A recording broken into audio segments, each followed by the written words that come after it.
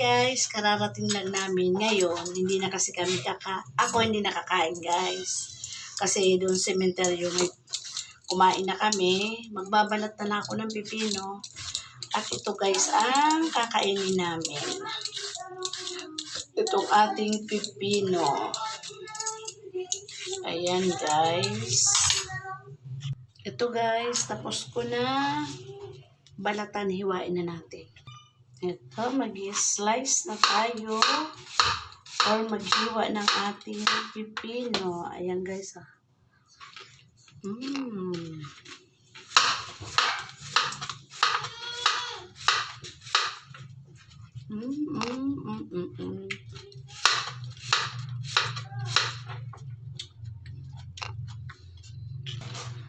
Ito guys, tapos ko nahiwain yung pipino. Ito guys, kain na tayo ng pipino.